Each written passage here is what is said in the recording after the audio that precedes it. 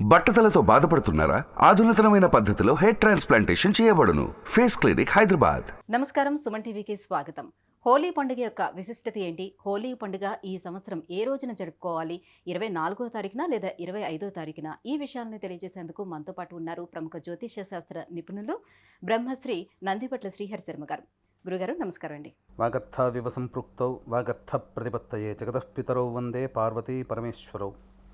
అన్నపూర్ణే సదాపూర్ణే శంకరః ప్రాణవల్లభే జ్ఞానవైరాగ్య సిద్ధ్యర్థం భిక్షాం దేహి చ పార్వతి.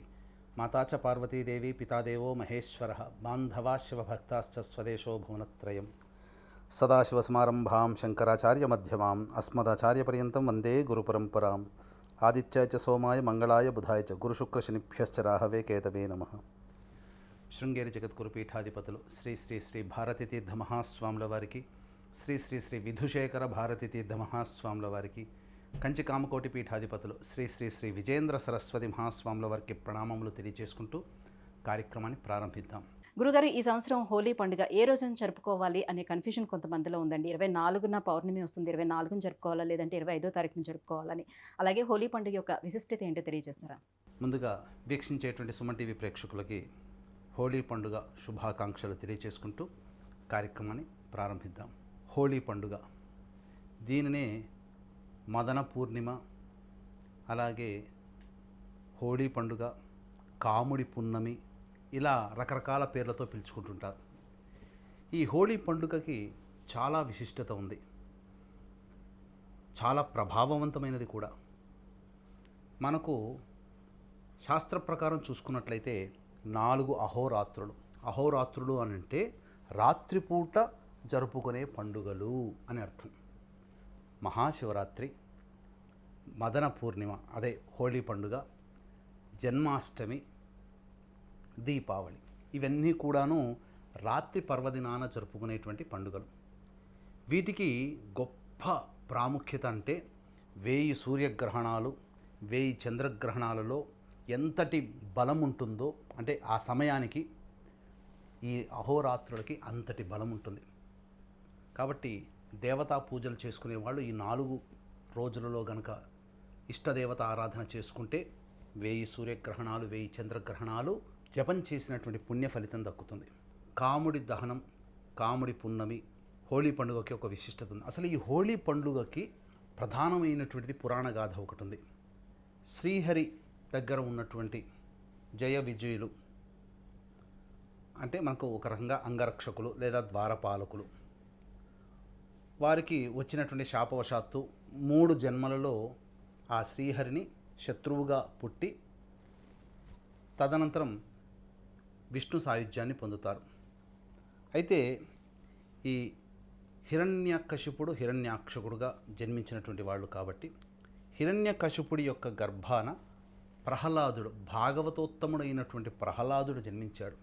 జన్మతః విష్ణుద్వేషి అయినటువంటి హిరణ్యకశిపుడు తన కడుపున పుట్టినటువంటి సంతానమైనటువంటి ప్రహ్లాదుని యొక్క విష్ణు భక్తిని చూసి ఓర్వలేక కలత చెందినవాడై కోపముతో ఆ ప్రహ్లాదుని నానా విధాలుగా భయపెట్టసాగాడు.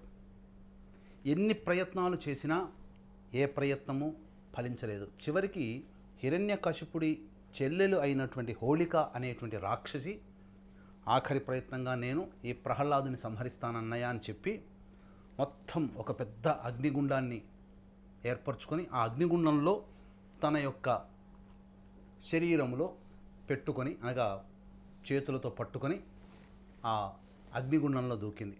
కొంత సమయం తర్వాత పూల నడక మీదగా వచ్చినట్టుగా ప్రహ్లాదుడు అగ్నిగుండం నుంచి బయటికి రావడం, ఆ అగ్నిలో హోళిక అనేటువంటి రాక్షసి సంపూర్ణముగా దహనమైపోవడం, ఇవన్నీ జరిగిపోయాయి. ఆ రోజునే కాముని పౌర్ణమి లేదా హోళిక, రాక్షసి చనిపోయింది కాబట్టి హోళీ పండుగ జరుపుకుంటుంటారు. ఈ యొక్క పురాణ గాథని అనుసరించి అప్పటి నుంచి కూడా, క్రీస్తు పూర్వం నుంచి కూడా ఈ యొక్క పండుగను జరుపుకున్నట్టుగా మనకు ఆధారాలు ఉన్నాయి. బంగ్లాదేశ్లో, నేపాల్లో, అలాగే కొన్ని దేశాల్లో, ముఖ్యంగా భారతదేశంలో ఈ హోళీ పండుగను చాలా గొప్పగా జరుపుకుంటుంటారు.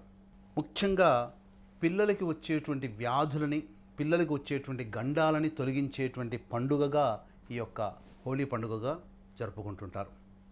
అయితే ఈ హోళీ పండుగకి విశిష్టత మనం తెలియచేసుకున్నాం కాబట్టి ఈ హోళీ పండుగ నాడు అత్యంత ప్రభావవంతముగా జరుపుకోవాలి. వసంతోత్సవము. వసంతోత్సవం అని అంటే ఎక్కడ నుంచి వచ్చింది వసంతోత్సవం అనేటువంటిది? రాధాకృష్ణుల యొక్క ప్రేమాయణం నుంచి వచ్చింది.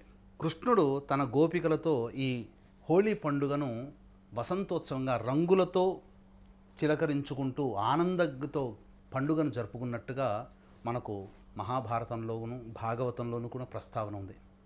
కాబట్టి అనాదిగా ఈ యొక్క పండుగ ఆచారం అనేటువంటిది ఉంది. అయితే మనకు ఈ హోళీ పండుగ ఉత్తరాదిన చాలా విశేషంగా జరుపుకుంటూ ఉంటుంటారు. కాబట్టి ఇంతటి పవిత్రమైనటువంటి హోళీ పండుగ రోజున ఆనందోత్సాహాలతో జరుపుకోవడంతో పాటు ఇష్టదేవత ఆరాధన ఎవరైతే చేస్తారో దేవతా అనుగ్రహము సంపూర్ణంగా కలుగుతుంది. అయితే ఈసారి హోళీ పండుగ మనకు ఈ పౌర్ణమి తిథి ప్రమాణం కాబట్టి పౌర్ణమి తిథి 2 రోజుల పాటు వ్యాప్తి అయ్యున్నది. 24వ తారీఖు మార్చి పౌర్ణమి తిథి 9:54 ప్రారంభమవుతుంది. 25 సోమవారం మధ్యాహ్నం 12:28 ముగుస్తుంది పౌర్ణమి తిథి. కాబట్టి ఈ యొక్క పౌర్ణమి తిథి రోజున జరుపుకునేటువంటి పండుగ సూర్యోదయానికి పౌర్ణమి తిథి ఉంది కాబట్టి 25వ తారీఖు రోజునే హోళీ పండుగ జరుపుకోవాలి. కాముడి దహనం అనేది 24వ తారీఖు రోజున జరుపుకోవాలి. ఇది శాస్త్ర ప్రకారం నిర్ణయించబడినటువంటిది. ఇక ఉత్తర ఫల్గుని నక్షత్రం 10:36 వరకు 25వ తారీఖు నాడు ఉంది కాబట్టి ఈసారి విశేషమైనటువంటి పండుగ, అందులో ఏం సందేహం లేదు. ఎందుకనంటే సాధారణంగా పుబ్బా నక్షత్రంతోనో లేదా ఉత్తర నక్షత్రంతోనో హస్త నక్షత్రంతోనో పౌర్ణమి తిథి వస్తుంది.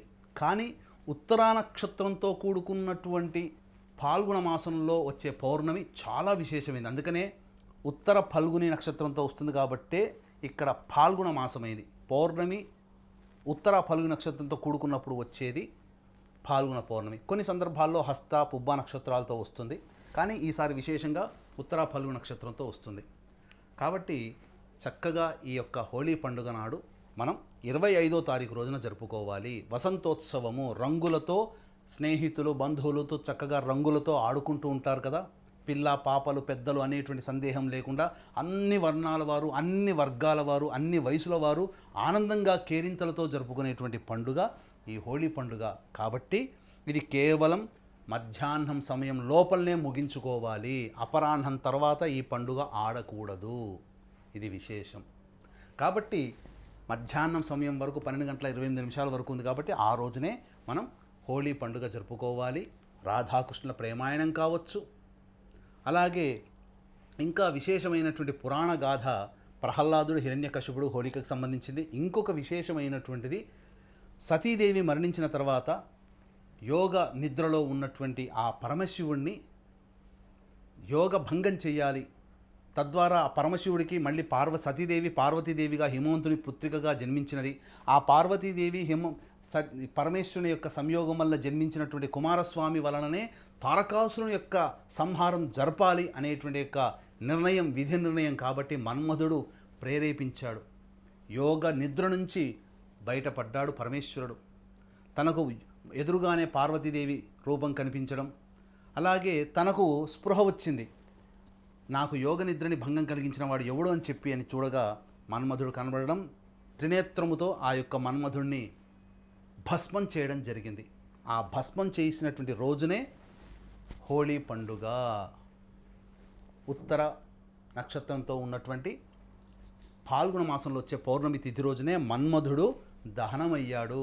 తర్వాత రతీదేవి వేడుకొనగా ప్రపంచమంతా ఎవరికి కనబడకపోయినా భార్యగా నీకు మాత్రం సశరీరంగా కనబడతాడు అని చెప్పి వరాన్నిచ్చాడు ఆ పరమేశ్వరుడు. దంపతుల మధ్య ప్రణయాన్ని కలిగించేటువంటి ఆ మన్మధుడు లేని రోజున పౌర్ణమి తిథి కాబట్టి పౌర్ణమి కంటే వారం రోజుల ముందు, పౌర్ణమి తర్వాత వారం రోజుల తర్వాత వివాహ శుభముహూర్తాలు చేయకూడదు. కానీ ఈ రోజున పెళ్ళిళ్ళన్నీ చేస్తున్నారు.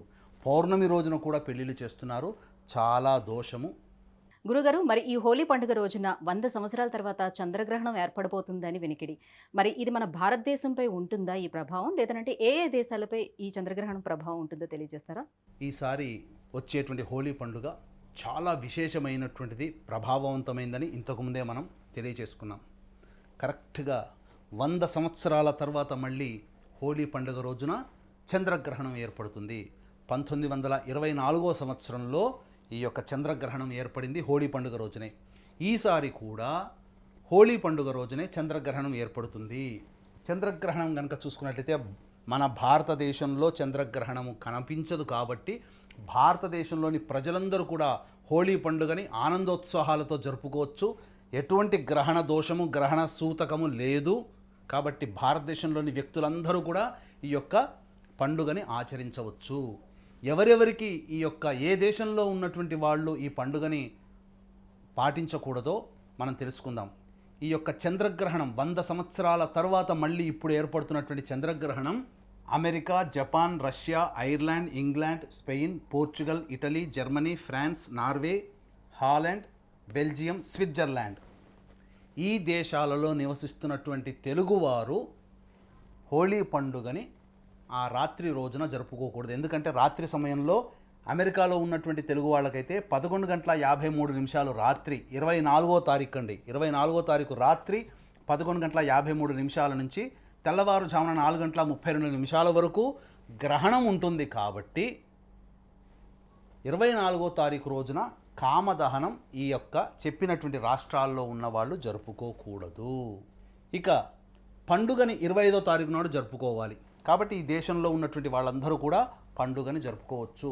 అయితే భారత కాలమాన ప్రకారం కనుక చూసుకున్నట్లయితే ఈ హోలీ పండుగ ఉండేటువంటి సమయం 25వ తారీఖు రోజున 10:23 నుంచి మధ్యాహ్నం 3:02 వరకు ఉంటుంది. కాబట్టి వీక్షించేటువంటి సుమన్ టీవీ ప్రేక్షకులు ఈ యొక్క స్థితిని గమనించుకోండి. అలాగే ఈ సంబంధించినటువంటి విషయాన్ని కనుక గమనించుకున్నట్లయితే వీక్షించేటువంటి సుమన్ టీవీ ప్రేక్షకులకు విజ్ఞప్తి, 2025వ సంవత్సరంలో కాశీక్షేత్రంలో మా స్వంత భవనం అనేటువంటిది ఉన్నది. దాన్ని జీర్ణోద్ధారణ చేస్తున్నాం. అనగా నూతన వసతులతో వసతి గృహ సముదాయాన్ని నిర్మిస్తున్నాం. ఈ యొక్క వసతి గృహానికి గృహదాతలుగా ఉండదలుచుకున్నటువంటి వాళ్ళు మహారాజ పోషకులుగా, రాజపోషకులుగా, లేదా కనీసం ఒక అడుగు అయినా కానీ మీ పేరిట దానం చేయదలిచిన వాళ్ళు, ఒక స్క్వేర్ ఫీట్ ఒక అడుగు అయినా కానీ మీ పేరిట దానం చేయదలిచిన వాళ్ళు పోషకులుగా మీ యొక్క సహాయ సహకారాలు అందించవచ్చు. కార్యక్రమం తదనంతరం కాంటాక్ట్ చేసి పూర్తి వివరాలు తెలుసుకోవచ్చు. ఇక గమనించుకున్నట్లయితే ఈ యొక్క పండుగ మన భారతదేశంలో కనిపించదు కాబట్టి భారతదేశంలో ఉన్నటువంటి వ్యక్తులందరూ ఈ యొక్క పండుగని ఆనందోత్సాహాలతో జరుపుకోవచ్చు. ఈ చెప్పినటువంటి కాలమాన ప్రకారం మనకు ఈ సంబంధించినటువంటి సమయాల్లో కనుక మనం చేసుకోవచ్చు.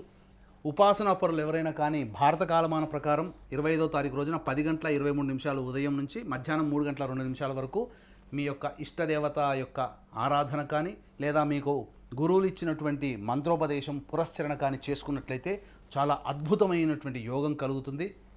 ఈ చెప్పినటువంటి దేశాలలో 11 ముఖ్యంగా అమెరికాలో ఉన్నటువంటి తెలుగు వారికి 24వ తారీఖు రోజున రాత్రి 11:53 నుంచి 25వ తారీఖు తెల్లవారుజామున 4:32 వరకు ఉంటుంది. కాబట్టి ఈ సమయం మీరు గ్రహణ సూతకాన్ని పాటించవచ్చు. 25వ తారీఖు రోజున మీరు యథావిధిగా పండుగ కూడా మీరు జరుపుకోవచ్చు అని చెప్పవచ్చు.